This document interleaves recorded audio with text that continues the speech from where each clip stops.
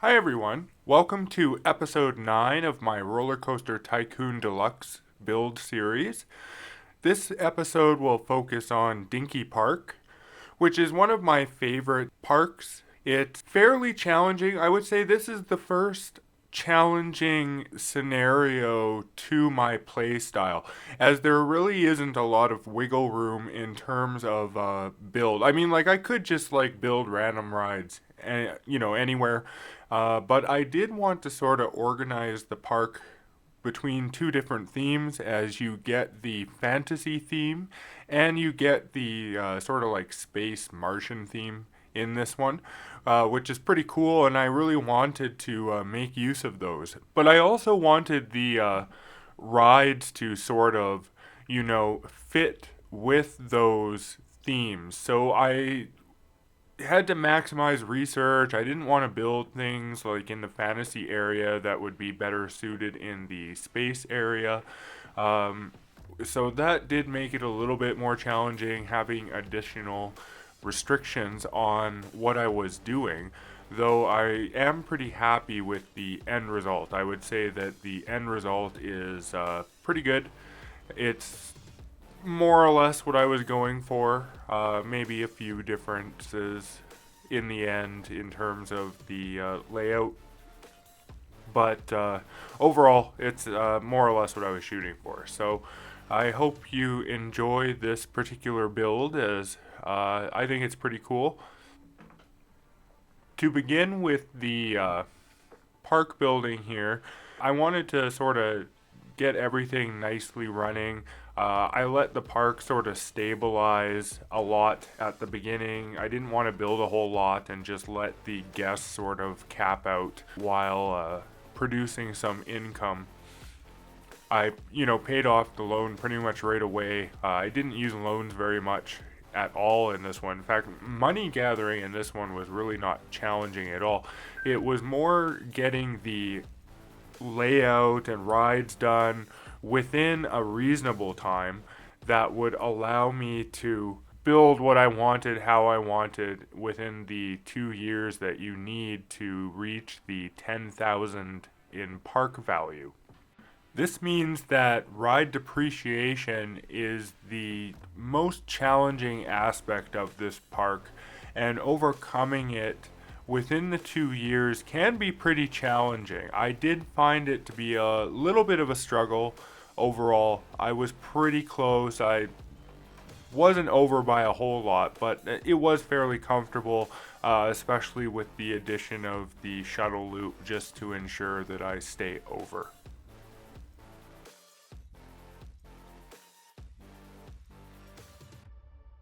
So I have now started the time lapse and the build sequence. The steps that I needed to follow to sort of get what I wanted within the time allotment, I did practice a couple times. Not like the whole thing, but just the first few days or so in game, just to try to make this as efficient as possible and as cheap as possible, figure out exactly where I was going to go with it. And then, once I had sort of an idea, I just went freeform from that point on, which would have been like about here when I started working on the roller coaster. This was never planned. Really just that entrance area with the haunted house and stuff. That was just to get things going, get the food court going, and the umbrella availability, as that does help with the money in the early game. I decided I would keep my two areas pretty separate. They would not cross. I didn't want to have roller coasters going from one area into the other area and vice versa. Though I did like the idea of them sort of crossing over the road area, so I decided to do that with the steel looping roller coaster here. I wanted this roller coaster to sort of be the centerpiece of this fantasy park, the dinkier part of the park, I guess you could say. I didn't want to put very many roller coasters. I only built 3 roller coasters in this one, but again, the map isn't very big, so I thought that was fine. Whereas with the larger maps, I do tend to build 5 or so, or at least 5 equivalents. But in this one, there's only 3. I do try to make them pretty cool coasters, though. Again, they do go through iterations, especially as I sort of built up the maps in this one. I built pretty slowly in this one. I would say this is maybe a slightly different style than what I've done in the past, where in this one I pretty well laid out the entire park in each themed area. Like I completed the Dinky Park before I even really began on the Alien Park, you could say, which I called them Fantasyland and Future World, because I'm really inventive with names, and that's what we got, Future World and Fantasyland. However, that being said, this was a pretty fun coaster to build. I decided to go with the powered launch coaster instead of a chain lift coaster, which is, I believe this is the first time that I've done this in this build series, not counting the often used shuttle loop, which I do use a shuttle loop at the very end of this park, just before I complete the scenario, and then I remove it, just to ensure that I sort of stay above the park value. I didn't want to like get a sudden depreciation in a ride or something like that like suddenly put me under by a few $100s or something like that, and then fail the map. So I do use the shuttle loop, which is a little cheaty. I'm not gonna lie, a little cheaty there, but I didn't want to fail and make this build not useful, especially since I like the end result so much. I did spend a lot of time sort of thinking about how I was going to lay out Dinky Park. Probably the first week or so following Katie's World, I didn't even play the game at all. I looked at the map of Dinky Park a little bit. I'd kind of start it up each day, take a look at the map, and had a few different ideas that I tried. And this is before I sort of settled on an idea and actually then practiced the opening. I mean, like, this was just sort of experimenting with looks and what I could sort of fit in the area, because it is a small area, and I did want to make a good looking park, and I wanted to get a feel for what those theming items and stuff could accomplish within the area. So there was that too. But eventually I did come up with something that I thought is decent enough. I find that overpacking this park is really easy to do. Like, most of my past Dinky Park builds, I would say this area was just coasters. Like, I would try to pack as much stuff as possible in there, and it would be really, really, really, really dense, and you couldn't see anything, but there was just a whole bunch of stuff flying around, basically. But I didn't want to do that in this one. I really wanted to keep with the highly stylized park, really good sight lines, really good view angles, not having too much stuff occluded by rides, and having each thing have their own area. That's sort of what I've been going for in terms of an overall theme, I would say, across my episodes. So I didn't want to again sort of just build randomly like I would usually do on a park like this one, where it's small and really a lot of times that I play this park, I just want to get through it. It is one of my favorite maps, but at the same time, often when I'm playing this game, by the time that I reach this point in the scenario list, I'm starting to really get excited for those later parks. So often I won't spend as much time on sort of the middle parks in the list, the expert parks, I guess you could say, or the challenging parks. And, I sort of just work to get through them as quick as possible. And I definitely want to avoid doing that this time around. The only transport ride I decided to utilize in this map is the chairlift, and it just carries guests between the space area or the alien park area, Future World, and Fantasyland. And I figured that the map is small enough that you don't really need any more transport rides on top of that, so I didn't build any more. I only also use the one water ride, the boat hire with the bumper boats, and I decided not to utilize any other water rides aside from the one, given the themes that I was using.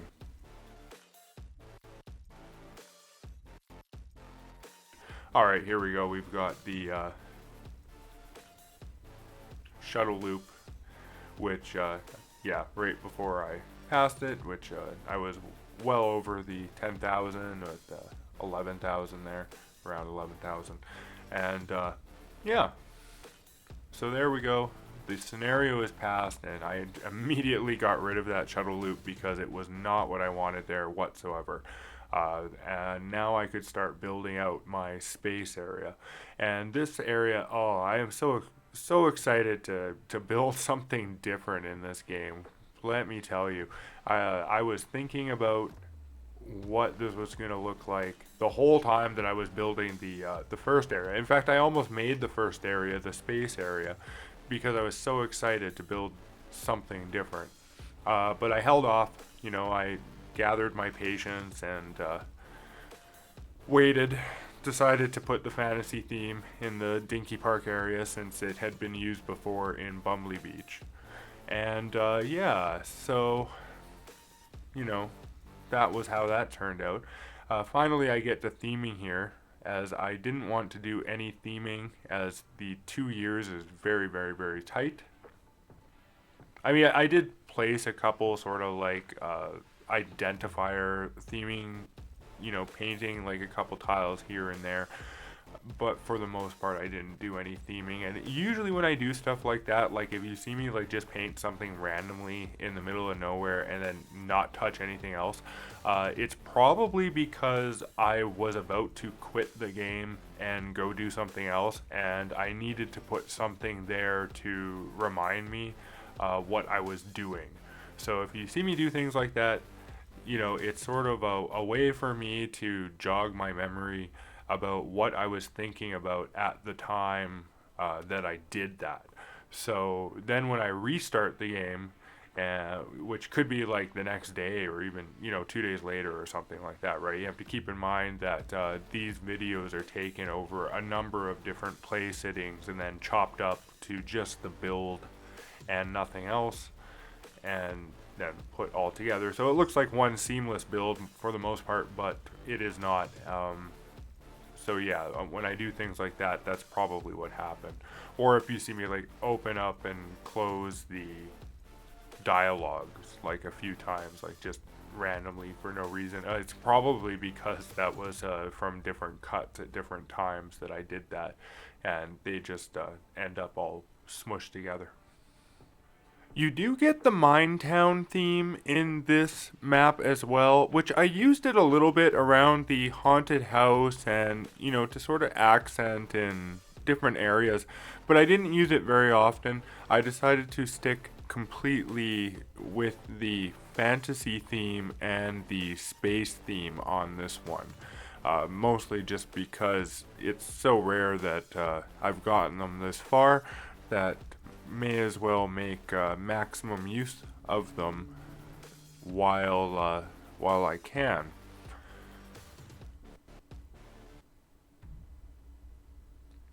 I put the chairlift underground in the Dinky Park area,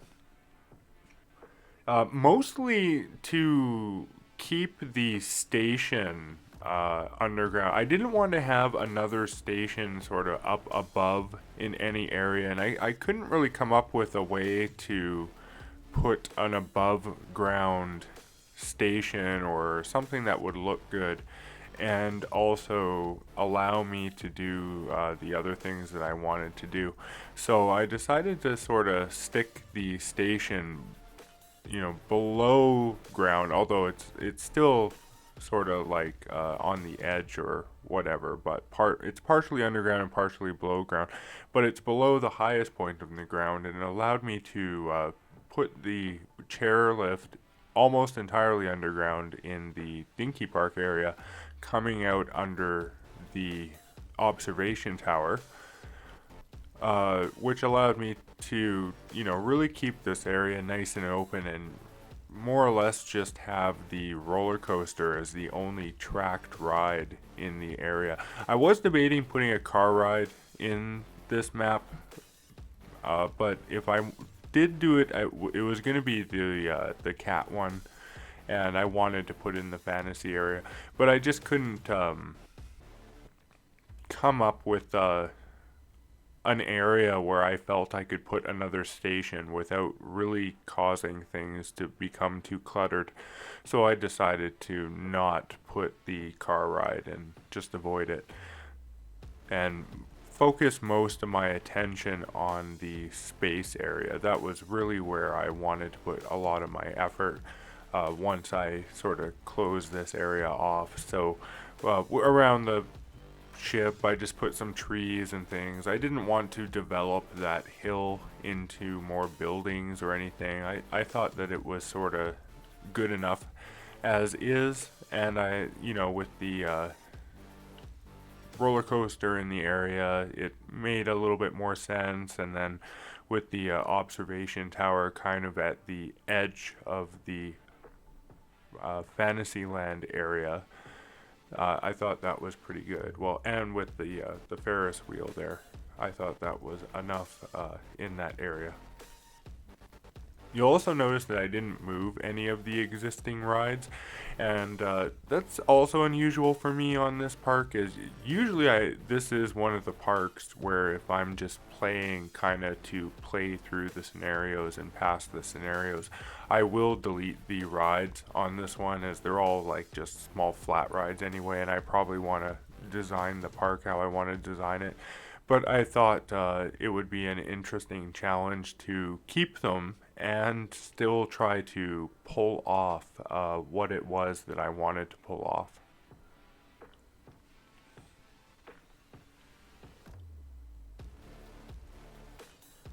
I was pretty much ready to design the future world part of the park now. I had, by this point in the game, earned so much money that I figured I would just buy out the entire land and not worry about that. And I would start with a junior roller coaster, or in this case, given it's RCT1, it's a steel mini roller coaster. And I wanted it to what I wanted in this area was to have like sort of a alien station with like a landing pad or something, and then on the landing pad I wanted to have the the motion simulator. Yeah, that's what I put up there. I don't know if it really ended up looking as much like a landing pad as I had hoped. I kind of thought that I'd have more room up there, and I did get a little overzealous on the theming as well, which would, kind of cramped around the motion simulator, where I think I could have done a better job if I had sort of had like a 6x6 area. I maybe underestimated how good that would look. I still think that the end result looks good. It just doesn't quite look exactly like what I was hoping for. I wanted to use the rocket cars on the steel mini roller coaster, which they lose momentum pretty quickly, and you only get at a maximum 3 cars per train. And I didn't even want to use 3 cars. I wanted it to be a little shorter. I probably would have liked it to be 1 car, but 1 car just didn't keep the momentum reliably, and I didn't trust it to always make it through the course. So I settled on 2 cars per train, which I thought worked pretty well. But it did mean that the course, I think, is pretty short. Like it does go, like the circuit is pretty big. It does go all the way around the lake, or at least one part of the lake there.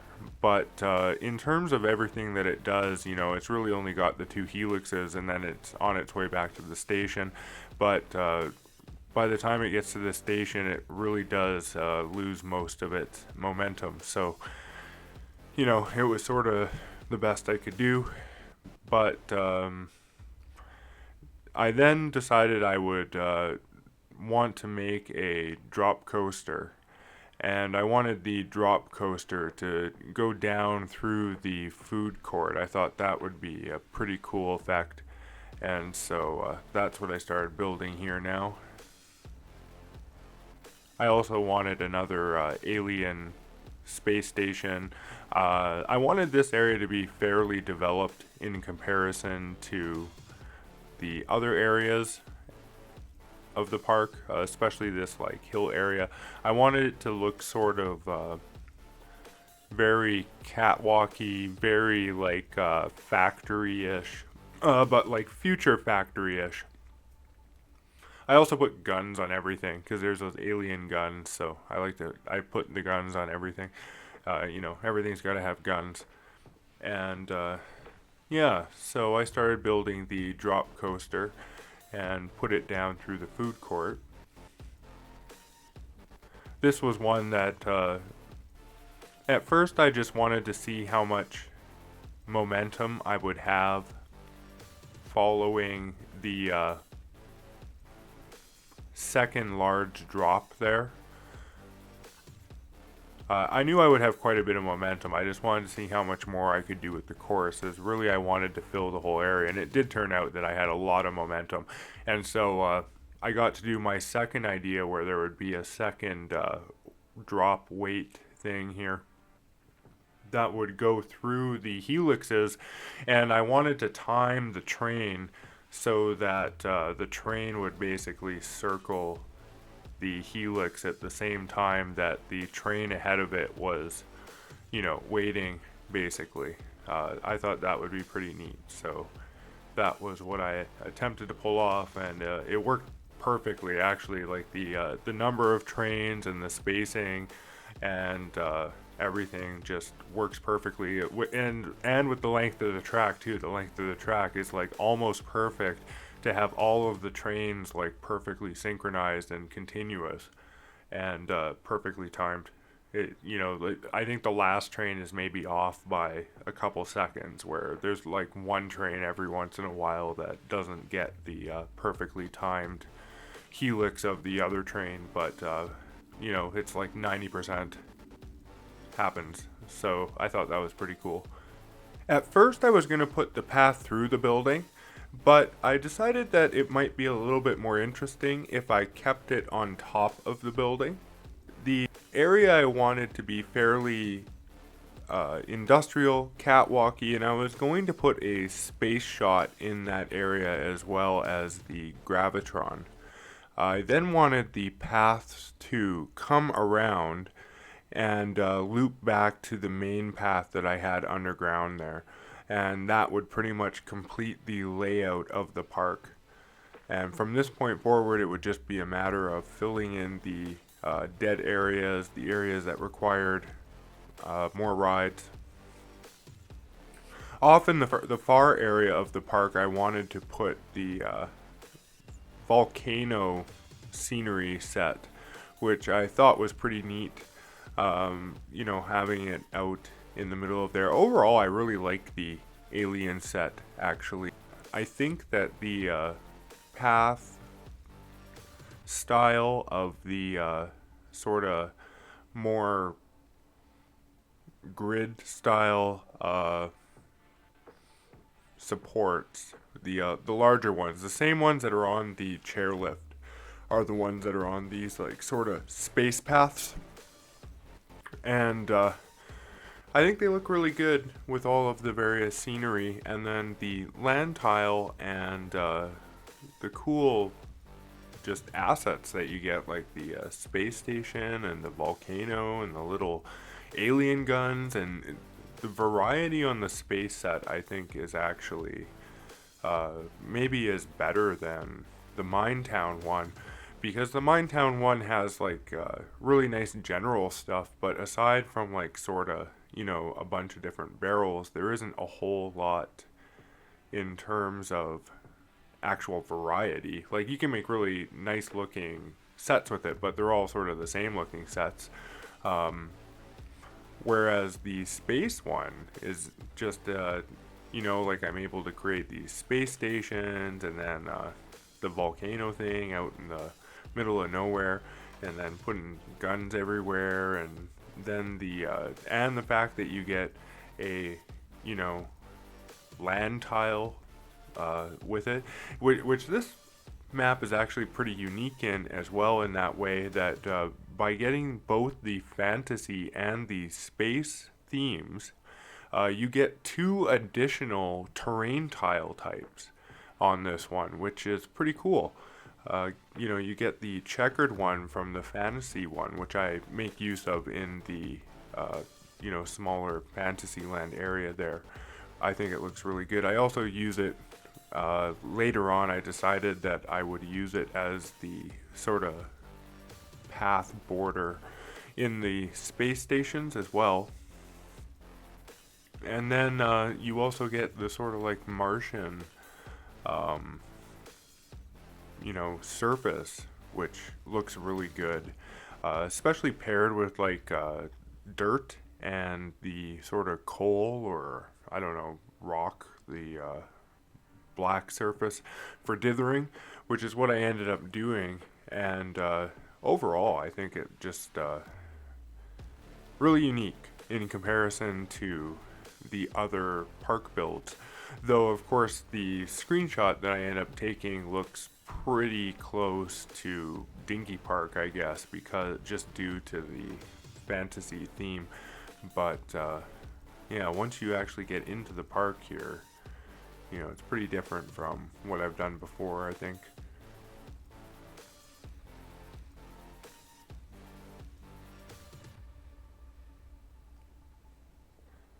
I like to have pretty much everything used when I build things, so it's really rare that I'll build like buildings or paths or anything that guests don't actually utilize or walk on or in or around or something along those lines. I don't just like to have them off in the distance for no reason at all. There's a few times that I've, of course, have built, you know, facade buildings. Bumble Beach comes to mind. All those facade buildings against the roller coaster. But aside from that, you know, I really do try to make use of everything and make everything like its own sort of character and area, so that, you know, everything's identifiable. Everything should have its own feel. That's sort of what I aim to go for. I don't like to have anything too generic, you know.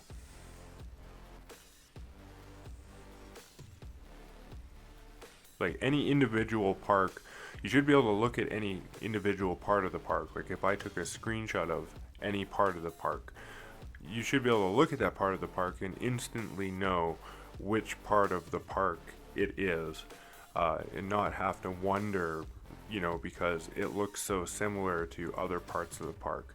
That's sort of what I aim to do.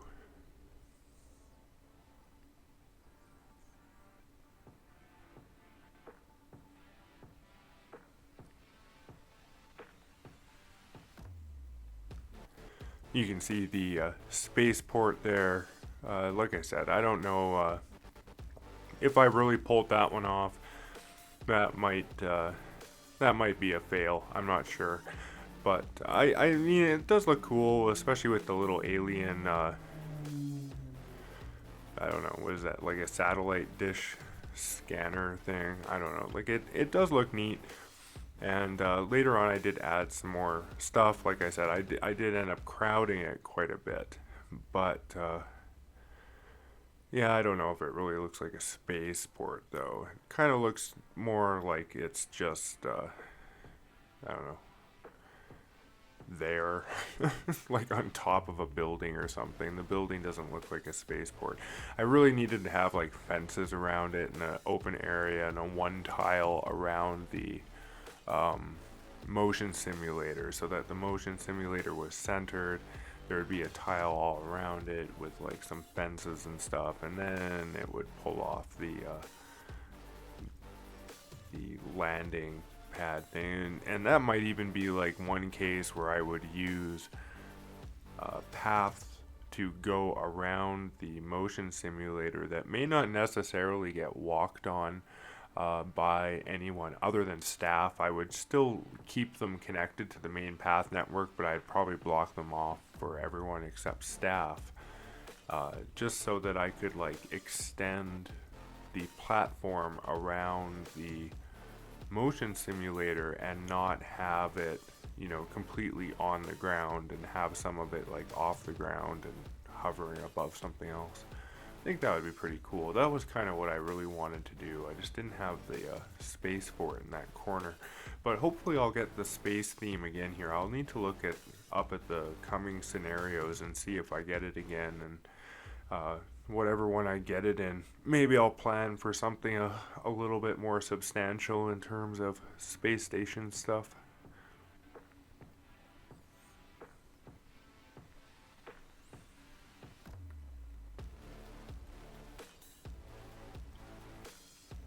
The dirt siding also goes really well with this theme. I don't use the dirt siding very much, mostly because it just feels very default to me, and I don't like the default look. Same thing with like the default grass, having too much of that. But in this particular theme, given that the volcano is sort of brown and like the same sort of texture as the dirt, I thought that the dirt was actually a pretty okay siding, you know, on top of using some more structure stuff like the red I used as a base. It was sort of like white, then red, and then green and yellow for buildings. And green were going to be red, like the main buildings, and then yellow were sort of like communication towers or sensor buildings, or you know, like utility buildings or something like that.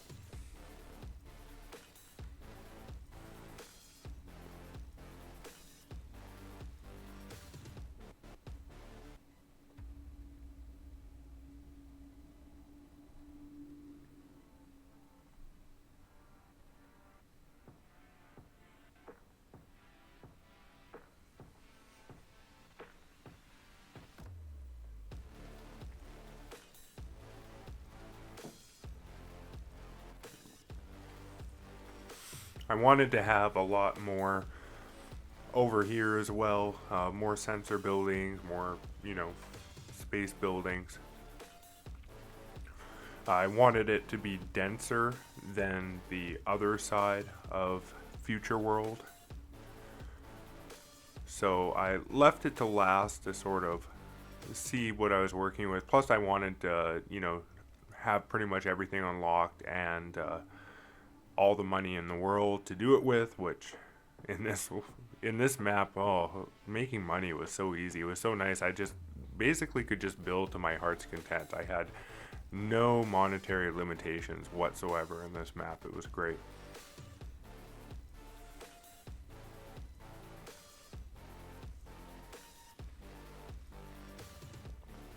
I really do like that drop coaster.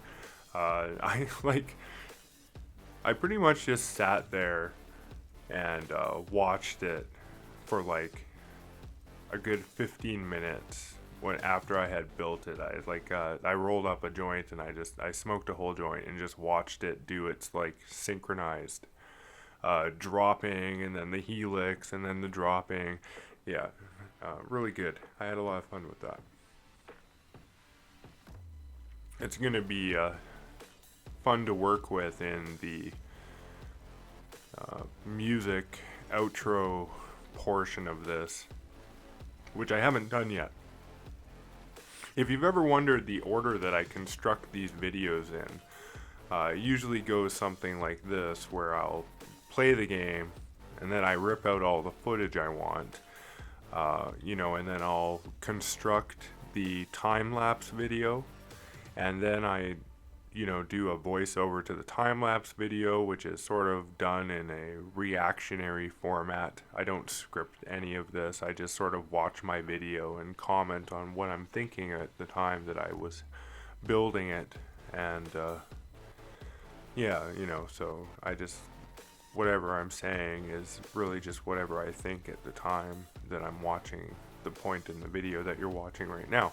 So I don't script any of this stuff, and that's why I'll often have to pause to think about things, and I'm not gonna I do cut it and I do process it a bit after I do it, but I do try to keep it as raw and reactionary as possible as well. I don't want it to feel like a presentation, so to speak. And then after I'm done doing that part, that's when I'll go and choose the music, and sometimes that happens quickly, sometimes it doesn't. Sometimes I have to hunt and hunt and hunt to find something that I really think works well, and then I'll go back in, capture as much footage as I can, and then I take whatever's kind of usable and patch that together into the outro, and then that's it. It's a fun experience. I've been enjoying it, making these videos, so I definitely will continue.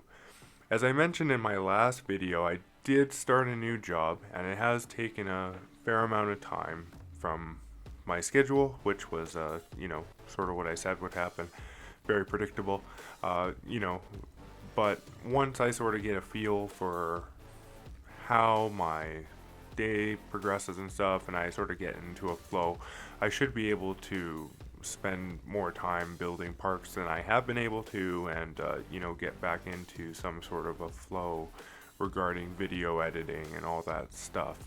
Fitting it into the schedule right now has been difficult, but I've been extremely busy, so it is what it is. But I have enjoyed putting this video together, so I hope you'll enjoy it, and I will have a new video out as soon as I possibly can.